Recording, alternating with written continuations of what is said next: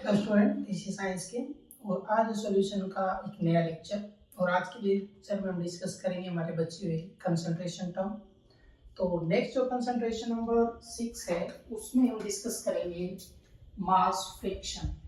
तो term number 6 मास friction, ठीक है। तो हम ऐसा करते हैं, मास फ्रिक्शन से पहले हम डिस्कस कर लेते हैं मोल फ्रिक्शन। तो नंबर 6 पे पहले हम डिस्कस कर लेते हैं मोल फ्रैक्शन, ठीक है। अब मोल फ्रैक्शन क्या होता है, यानी कि जब कोई सॉल्यूशन बनता है तो सॉल्यूशन में दो कंपोनेंट हो गए, सोल्यूट और सॉल्वेंट। तो जब हम मास फ्रैक्शन डिस्कस करते हैं तो उसमें हम सोल्यूट के मोल और प्लस में सॉल्वेंट के मोल और टोटल क्या बनेगा, सॉल्यूशन के मोल। तो अब हमें उसका फ्रैक्शन निकालना पड़े। जैसे कंसंट्रेशन में तो हमने देखा था कि जब तक कि स्पेशल ना मेंशन किया जाए तो कंसंट्रेशन डायरेक्टली हम सॉल्यूट का निकालते हैं, ठीक है। लेकिन जब हम मोल फ्रैक्शन निकाल रहे हैं तो हम सॉल्यूट का भी निकालेंगे और हम सॉल्वेंट का भी निकालेंगे, ठीक है। तो अलग अलग होगा, यानी कि हमारे पास हो गया सॉल्यूट और प्लस में क्या है, सॉल्वेंट है, और दोनों ऐड होके क्या बने, सॉल्यूशन बने। तो दोनों के अलग अलग मोल हो गए। और मैंने आपको ये बताया भी था कि हम वॉल्यूम को ऐड कर सकते हैं, मोल को ऐड कर सकते हैं, लेकिन हम molarity, normality, in concentration terms को हम ऐड नहीं कर सकते, ठीक है। तो जब हमें फ्रिक्शन निकालना पड़े तो जो फ्रिक्शन निकलेगा वो complete with respect of complete solution निकलेगा, ठीक है। यानी कि अगर मैं इसको डिफाइन करूं तो हम इसको डिफाइन कैसे कर सकते हैं कि it is a friction obtained by dividing the moles of solute or solvent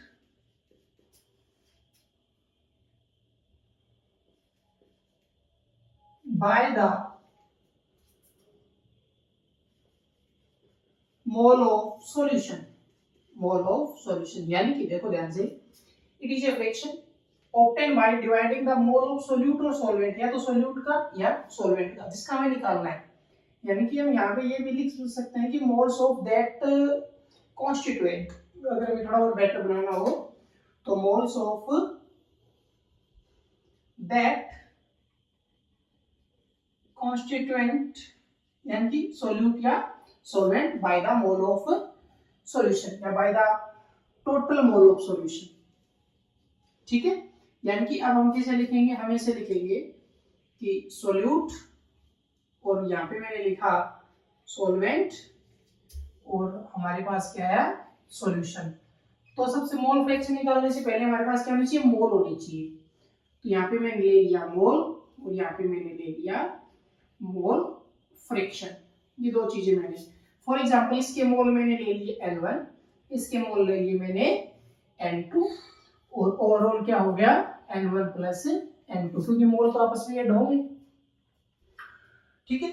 और यहाँ पर क्या आ जाएगा, मोल फ्रैक्शन है। अब मोल फ्रैक्शन को रिप्रेजेंट हम यहाँ से करेंगे x1, ये x2, ठीक है। और ओवरऑल क्या हो गया, x1 प्लस x2। और एक इंपॉर्टेंट चीज हमेशा ध्यान रखिए कि जब कोई भी सॉल्यूशन बनेगा तो उसका मोल फ्रैक्शन का जो ओवरऑल वैल्यू है वो हमेशा 1 होगा, यानी कि x1 plus x2 is equal to 1। कभी भी ये 1 से ज्यादा आपको नहीं मिलेगा, कभी 1 से ज्यादा नहीं मिलेगा। इसको हम दोबारा आगे फिर देखेंगे। तो अब देखिए x1 मान लिया, अब मुझे जैसे कि सोल्यूट की मोल फ्रैक्शन निकालना है, तो मैं जैसे कि अब x1 हमने किसको रिप्रेजेंट किया, सोल्यूट को, x2 हमने किसको किया, सॉल्वेंट को। जैसे मुझे x1 का वैल्यू निकालना है, x1 का मतलब क्या हो गया, mole fraction of solute.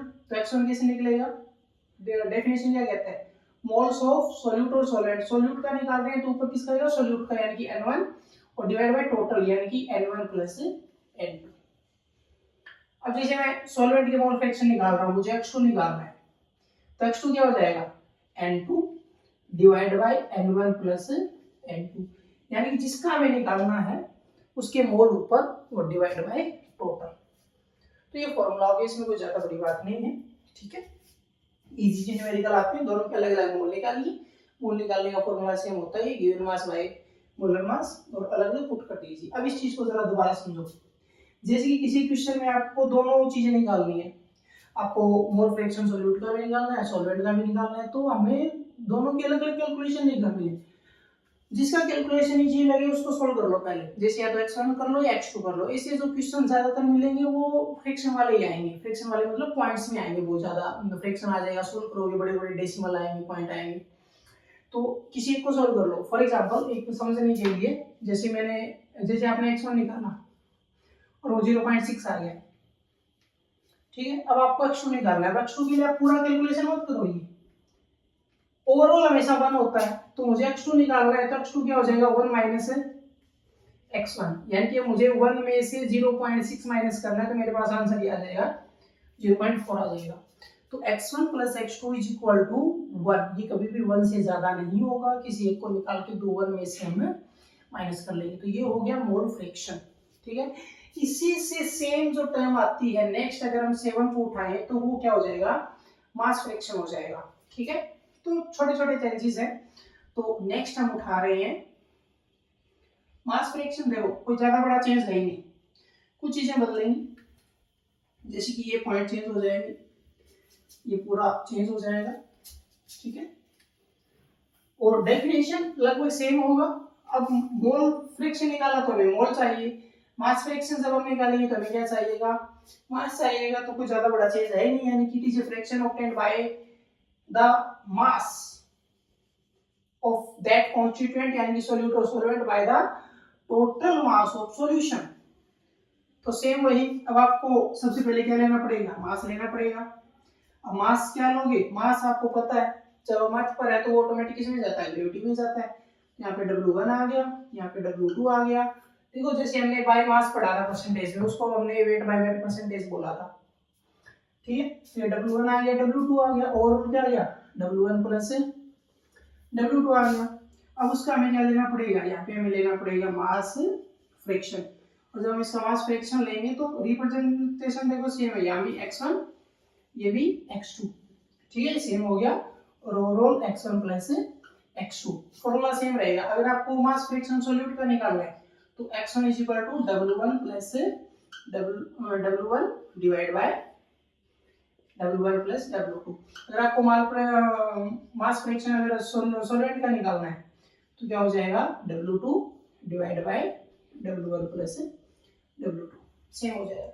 Same है, कोई ज्यादा चेंज नहीं है। मोल फ्रैक्शन का ज्यादा यूज होता है मास फ्रैक्शन के कंपैरिजन में, ठीक है। फॉर्मूले लगभग सेम है, वही सेम है, जिसका फ्रैक्शन निकालना है वो पॉइंट ऊपर और ओवरऑल नीचे। तो ये पॉइंट नंबर 7 हो गया। अब उठाते हैं लास्ट कंसंट्रेशन टर्म, ठीक है। लास्ट पॉइंट उठाते हैं पार्ट्स पर मिलियन, ठीक है। ये लास्ट कंसंट्रेशन टर्म रहेगा हमारा, ठीक है। अब हम उठा रहे हैं लास्ट कंसंट्रेशन टर्म नंबर 8, जो क्या होगा, पार्ट्स पर मिलियन। पार्ट्स पर मिलियन, इसको शॉर्ट में क्या लिखा जाता है, पीपीएम लिखा जाता है। पार्ट्स पर मिलियन क्या होता है, पार्ट्स पर मिलियन तब निकाला जाता है कि जब हमने कोई सॉल्यूशन बनाया और सॉल्यूशन के अंदर सॉल्यूट अमाउंट क्या हो, बहुत ही कम हो, यानी कि सॉल्यूशन की ओवरऑल अमाउंट ज्यादा है और उसके अंदर सॉल्यूट अमाउंट बहुत ही कम है। इस सॉल्यूशन को हम बोलते हैं डाइल्यूटेड सॉल्यूशन, यानी कि जो सॉल्यूशन को हम बहुत ज्यादा डाइल्यूट कर देते हैं तो उनकी जो उसमें जो सॉल्यूट अमाउंट है वो बहुत ही कम हो जाती है। तो जब हम अगर कंसंट्रेशन अब हम निकालेंगे तो वो सॉल्यूट का कंसंट्रेशन बहुत ही कम आएगा, यानी कि डेसिमल के बाद बहुत अच्छे खासे जीरो लगेंगे। तो हमें उस वैल्यू को बड़ा दिखाना है, तो उसको दिखाने के लिए हम क्या यूज करते हैं, एक मल्टीप्लाई फैक्टर यूज करते हैं। तो उसके अकॉर्डिंग हमारे पास एक नया पॉइंट आता है पार्ट्स पर मिलियन, यानी कि हम इसको अगर डिफाइन करें तो हम कैसे लिख सकते हैं, हम लिख सकते हैं जैसे कि डिफाइन करना पड़े तो it is defined as when solute amount is very less in the solution then concentration of solute is represent in ppm, किस में निकाला जाता है, ppm में, यानी कि और शॉर्ट लिखना पड़े तो हम क्या लिख सकते हैं, solution is very diluted, solution is very diluted, solution बहुत ज्यादा डाइल्यूट हो गया। अब इसको देखो, अब यहाँ पे उस टर्म को बड़ा दिखाने के लिए एक मल्टीप्लाई फैक्टर लिया जाएगा, मल्टीप्लाई फैक्टर, जैसे कि अभी इसके अकॉर्डिंग क्या लिख सकते हैं, इसके अकॉर्डिंग देखो मास लिया जाएगा, तो mass of solute divide by mass of solution, mass of solution.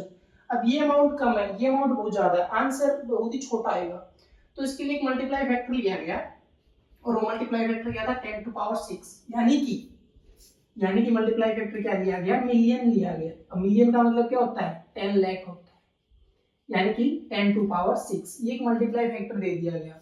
इससे ये वैल्यू क्या हो गई, बड़ी हो गई, यानी कि अगर इस डेफिनेशन को ऊपर को अगर हम चेंज करके लिखें तो ये क्या हो जाएगा, ये हो जाएगा, अलग वर्डिंग अलग देना चाहे तो क्या हो जाएगा, मास ऑफ सॉल्यूट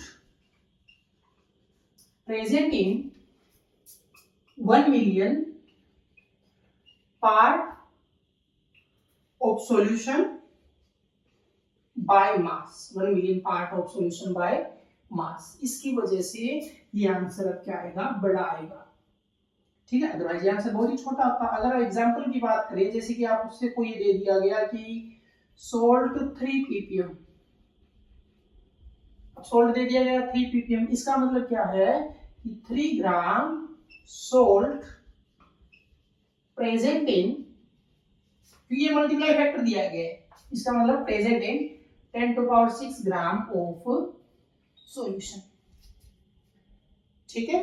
तो ये ppm का मतलब होता है, ठीक है, एक मल्टीप्लाई फैक्टर हम अलग से दे देते हैं, ठीक है।